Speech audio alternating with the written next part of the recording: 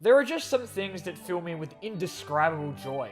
Certain things that invoke both emotion and happiness from within me. We all have particular things like that will forever hold in high regard. Things we will cherish forever. In this video, I'm going to be talking about RWBY, the infamous Rooster Teeth animated series. So, RWBY. Where to even begin with this one? I've joked before about RWBY not being an anime. RWBY is not an anime and people who say it is an anime are wrong? God, that was stupid of me. But truth be told, I don't really care whether it is or isn't. The only thing that changes for me with that fact is whether it's my favorite cartoon or whether it's my favorite anime. RWBY means a lot to me. And though it's a series I haven't been a fan of for very long, it is a series that I love very, very much. And, well, cherish. So, without further ado, I'm going to try and explain just why that is. RWBY began as a project created by a small studio, initially conjured up by the late Monty Ohm, who pioneered the series and helped work on its earlier seasons. Personally, I find it amazing what such a small group of people were able to accomplish. In that respect, I was a lot more lenient in terms of the animation and production quality due to the small team behind it. And honestly, I think they did exceptionally well with what they had. RWBY was a project created with determination and passion, and its explosion in popularity is rightfully deserved. For those who don't know about the series, I'll try and give a brief rundown. Also, if you don't know what RWBY is and you're still watching this video, I love you forever, thank you so much. Essentially, the show takes place in the world of REMNANT, a land divided into several kingdoms comprised of a blend of futuristic technology and fantasy elements, and follows the story of 4 young women training at the Academy of Beacon to become huntresses, protectors of the world doing battle with the monstrous Grimm, vicious creatures of the shadows, as well as the many other threats they encounter along the way. These 4 girls are RWBY, Weiss, Blake, and Yang. See how their names become the team name? How freaking amazing is that? And the show follows their journey to become the heroes they've always wanted to be. The world of REMNANT, and to an extent the world of RWBY, is filled with so many fantastic ideas and concepts. It's astounding how fleshed out the world of REMNANT feels. Dust, Semblance, Faunus, the Maidens, the Grimm. Seriously, how cool is that name thing? RWBY presents the audience with so many of these ideas and manages to all seamlessly meld them into the plot. Every single weapon is a gun. How awesome is that? RWBY's world is substantial and filled with so many ingenious elements that I've always desired from a show, and it's not afraid to flaunt these ideas. The people behind RWBY had a vision, and wanted to make all of these wonderful ideas come alive in a colourful and vast world. And I can certainly say they succeeded, because REMNANT is incredibly fascinating, as are the people residing within it. The characters in RWBY are the show's biggest strength, because it dedicates so much time to fleshing out and developing each and every one of its cast. Each character is lovable in their own way, with their own quirks and habits that make you easily fall in love with every single one of them, though at the same time they all possess deep flaws and issues that cause them to become complicated and more than just one-dimensional characters. The 4 protagonists, the aforementioned RWBY, Weiss, Blake, and Yang, each have their own motives and issues that are deeply explored within the show. RWBY is the lovable but naive leader of Team RWBY, and she is just goddamn adorable. Weiss is the stuck-up, bossy member of the group, coming from the rich Schnee family, though the reason for her attitude is explored in the show, and we see her slowly warm up to the other characters as time progresses, making her just as lovable as everyone else. Blake is the most complicated and quiet of the team, being a Faunus, a human-animal hybrid, and she was once a member of the terrorist organization the White Fang. Blake is the most flawed character of the 4, which is what makes her so interesting. She makes a lot of mistakes in her desire to become noble and do good in order to redeem her past, and these mistakes reflect on her relationship with others. And Yang is Yang is a headstrong but powerful fighter, and though her recklessness gets the better of her more often than not, she's a kind and caring person who cares deeply about her teammates. She's also got a great pair of shotgun gauntlets. Wow, I bet no one's ever made that joke before. No, but seriously, I want those weapons more than anything. All 4 of them are just so... they're so awesome. I love them all equally. I mean, mostly Yang, but the others too. But mostly Yang. But that's just the main cast. RWBY is one of those shows with a lot of side characters, and though there were plenty I didn't like at first, such as Sun and Neptune, I found them growing on me as time went on. The earlier seasons did a great job of providing each and every character with astounding amounts of charisma and personality. Team Juniper, comprised of Jean, Ren, Nora, and... Bira are just as lovable and charismatic as the protagonists. I find it unbelievable just how, well, believable the characters in RWBY feel. The voice acting and the delivery of lines is absolutely stellar. I've become so accustomed to subpar voice acting in professional work, and it just makes me appreciate how fantastic and talented the voice actors in RWBY are, especially for a web series. The character relationships are fantastically done, and as I said before, scarily believable. They're written to perfection, and the development of the main cast is extremely well done. We can see the characters change over time after what they've been through, how they learn and adapt, and how they improve themselves in each battle. Jean and Pyrrha in particular was a beautiful relationship. While it lasted. I don't know how I can continue to describe it without constantly repeating the same things over and over, but I absolutely adore the characters in RWBY because of how well and consistently they're written. And holy crap, I need a moment to gush over how freaking amazing the character and costume designs are. Anime are always known to have needlessly complicated and impractical costumes, but RWBY's are just... they're so cool, and RWBY's not afraid to refer to this. Forgive me, but you hardly look the part, says the girl wearing a dress. It's a combat skirt. Yeah. The newer seasons of RWBY made some big changes to the characters, with the hardest hit arguably being Yang. Unfortunately, my favorite. Did I mention I like Yang yet? I have to be entirely honest, I don't like her new dark and brooding self, nor her robot arm. I'm talking about kicking off the semester with a bang. I always kick my semesters off with the yang. I miss you. But I appreciate so much that the writers aren't just glossing over all that she went through. The changes made to her felt real because Yang took a lot of time getting over her trauma, and it raised the stakes significantly by showing what these villains were capable of. It showed that things that happen in this world matter, and that the show was not afraid to make drastic changes if need be. In most other shows, characters will be brought back with some weird and convoluted methods, but in RWBY, she's never coming back! It's not hiding behind a status quo, and while that's not inherently a bad thing, I appreciate that RWBY makes an effort to keep every episode different and fresh, and showcase the changes and development of its cast. Many have raised their concerns about RWBY's villain problem, due to a lot of RWBY's villains being sort of muhahaha type of bad guys. I have to say, I'm honestly not particularly fond of the villains in RWBY, most especially Adam, who seems like nothing but a giant crybaby. A scary giant crybaby, but a giant crybaby nonetheless. But I can't say that RWBY doesn't make them seem threatening, because the show most certainly does. For me, they're the kind of villains you despise because of what they've done, but still admire as villains. Though I can't say I find any of them necessarily compelling, except Roman. Rest in peace, buddy. They're worthy foes to our protagonists, and I think they're pretty sufficient. The one I had the biggest complaint of was Salem, the recently revealed overlord of the whole ordeal. She doesn't seem that threatening at all, and her sudden appearance out of nowhere felt kind of forced. I mean, she's such a stupid character, why would— oh my god, never mind, I take it back! Characters like Emerald, Mercury, and Cinder were given plenty of depth and backstory, and though I have to hate them as villains, I can certainly understand them as characters. Except you Pyrrha-stealing piece of shit! They're far from the best villains I've ever seen, but I like them nonetheless.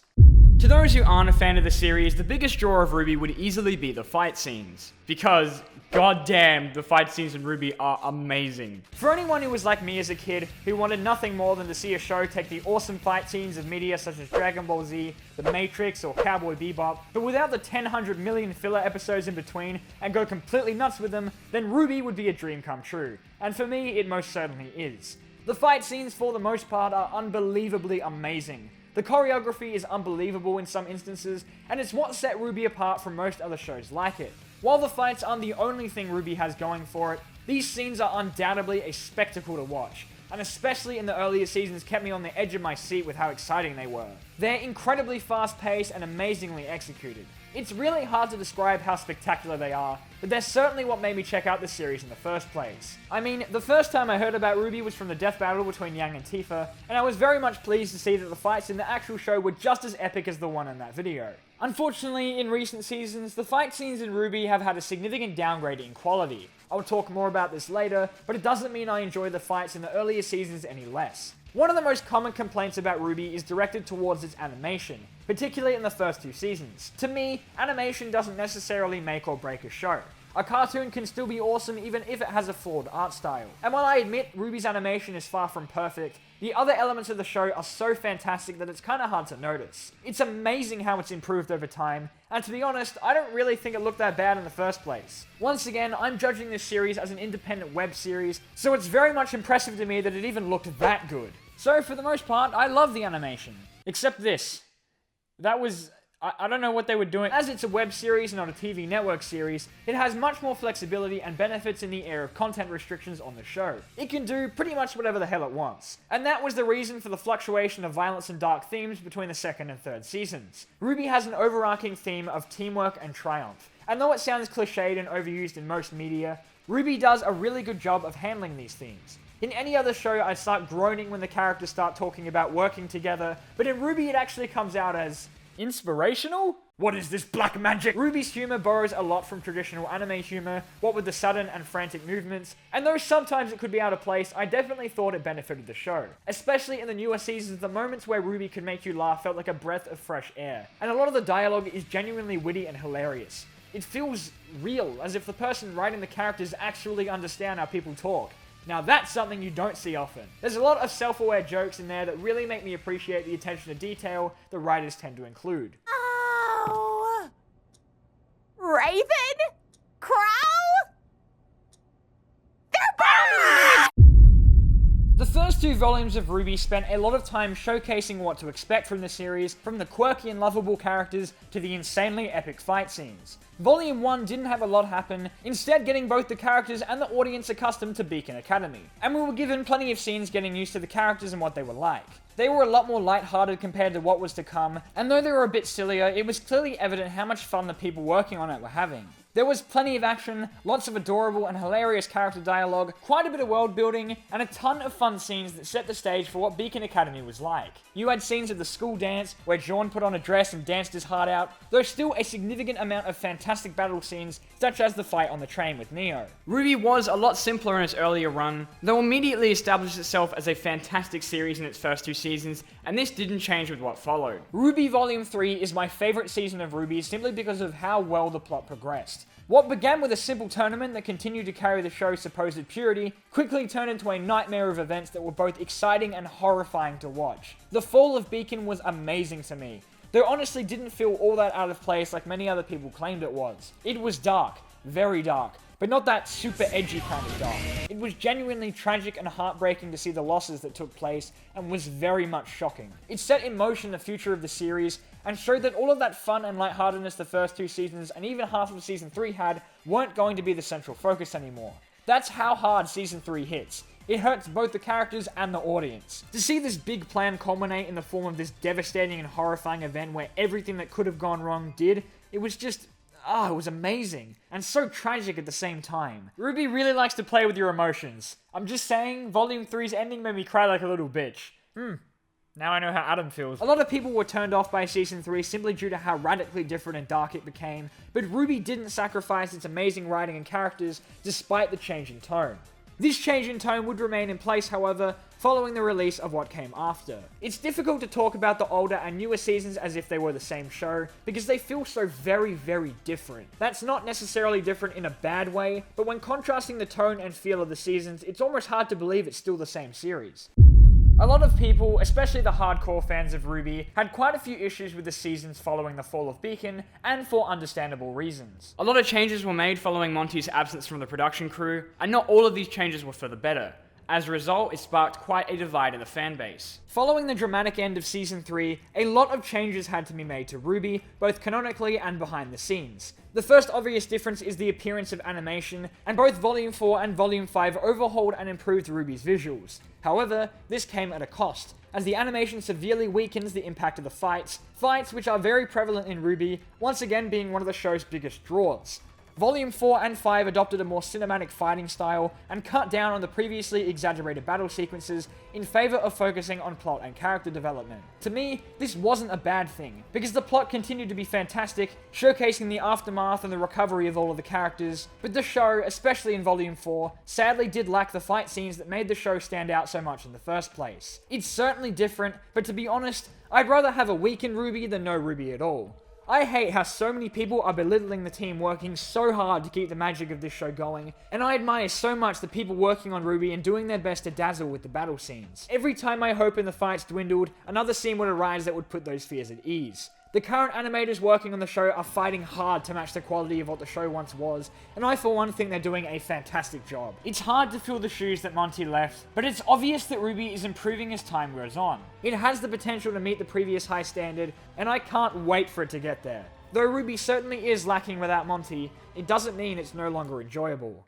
These weren't the only changes, however. Volume 4 and 5's pacing were much slower than before, and this was done intentionally to better develop the characters and issues they had to deal with. A very interesting dynamic came in the form of the 4 separate stories each of the girls led, now that the team had disbanded, and so episodes focused on swapping between their respective adventures. I loved it. It was something new and interesting, and let us get to better know the characters individually. Yes, Volume 4 was rather empty and lacking in any substantial events, but RWBY is the one show where I'm willing to put up with filler, simply because I'm more than happy to spend time with the characters that continue to be written fantastically. And honestly, I felt the earlier seasons had pacing that went by a little too quickly, especially around my 3rd or 4th rewatch. I'd prefer to have the show go by slowly than have to rush through everything super fast, even if it means having a few boring episodes. I appreciate very much the bold changes and circumstances that came with the end of Volume 3, and how RWBY is sticking to it. A lot of things changed in the newer seasons, and the show feels very different and separate to what it once was. RWBY won't and honestly can't return to what it was initially. The show itself, and the people working on it, have matured and changed. Gone is the overall innocence the show once had, and while I'll be the first to admit that the show is a tad duller, RWBY still hasn't lost its spark, and the changes made continue to grow on me the more I think about it. Yes, I preferred the first 3 seasons of RWBY as well, by a long shot, but I appreciate that there is still more RWBY to enjoy, and even if we have some average episodes, there's a lot more coming to obsess over. Wait, we're having how many new seasons? Yes! I trust the people working on it enough to know that they'll do their best to deliver continued quality instead of rushing it out like a lot of companies seem to. Call it wishful thinking, but RWBY hasn't disappointed me yet, and I trust it won't anytime soon. Oh yeah, and RWBY Chibi's pretty cool as well, I guess. Monty Ohm is one of the people I most admire. His resolve and determination to turn his ideas into fruition is astounding and ridiculously motivating to me. To me, at least, Monty is the perfect role model, and I strive to have a mentality more like his. For those who haven't heard the story, RWBY came from a simple idea. 4 colors, Monty had claimed.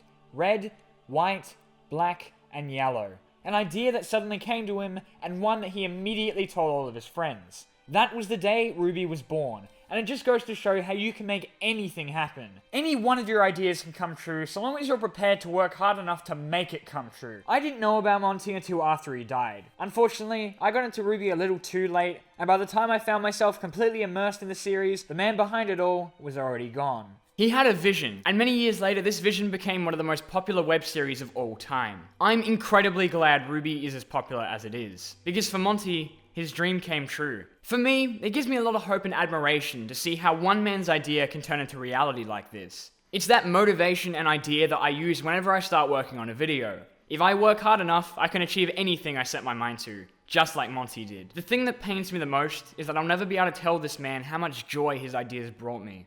All I've ever wanted to say to him is 2 words. Thank you.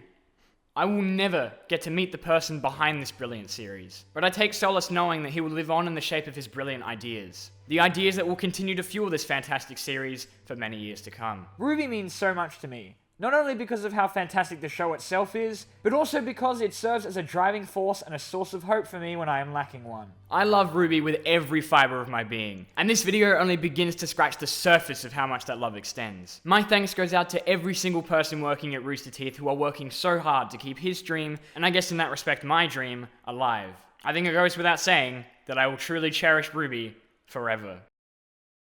I can't describe how excited I am for the future of the series. Nothing fills me with more happiness than waiting for the lead up to another season of RWBY, knowing that an entire new season filled with awesomeness awaits. And of course, another theme song to fall in love with. And while I'm on the topic, Jesus Christ, the music in this show is godlike. Every single track is a goddamn masterpiece.